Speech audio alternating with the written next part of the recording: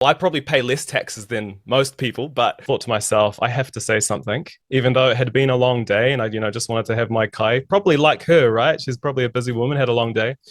You can't shy away from those opportunities in person to express your feelings because kanohi ki te kanohi is the most important thing for me. If you're trying to get your point across, there's no better place to do it than in person. It's New Zealand first, particularly Winston Peters and Shane Jones, and we can see them in the House, the way that they question people like Hana and Tamitha and the language that they use and the kind of tone that they set. I think a lot of the bullying that we're seeing comes down to them being at fault. And now she's weaponizing that identity and using it as an excuse to try and stand over me and intimidate me. When it comes to our politicians, especially those who are not being held to account, which, partly is the fault of mainstream media asking softball questions and not pushing our politicians as hard as we should.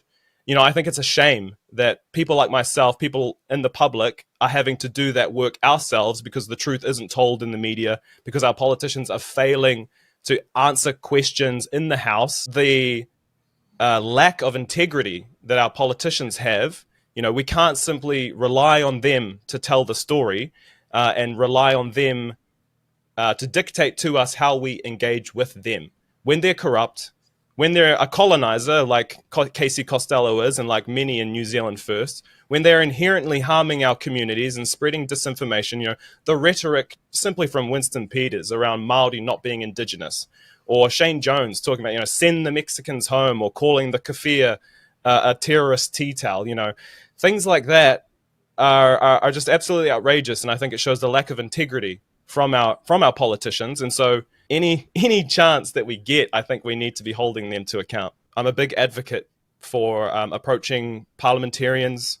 I think the route of simply making an appointment to have a meeting doesn't appreciate the gravity of the situation. I think we need to put aside our conceptions of respectability politics, and we need to lean more into our rights to protest, because things are really urgent at the moment, and I think we need to act with that urgency. But I think when you are a public servant, and like I said, when you're pushing divisive policies, when you're creating real harm in our communities, then that level of peace that others are entitled to, I think, given the context, given the circumstances, they do sit in a different bracket in terms of the expectations we should have around how we engage with people that we want to have, conversations with. We can't rely on the system's processes. They're processes created by the system itself.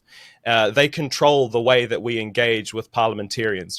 Just like the submission process with the Treaty Principles Bill, what I thought was far more impactful was the hikoi and the energy that generated. So I'm not so interested in engaging with our politicians on their terms. I'd rather we engage via the terms that we deem appropriate. Considering the urgency, considering that lives are at stake, more division is being stirred up in our communities. New Zealand First live off of that division. That's their whole political mantra.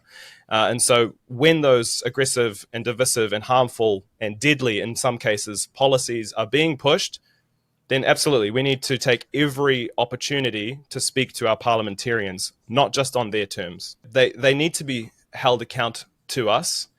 We have every right to hold them to account. New Zealand First thrives off of creating division in our communities.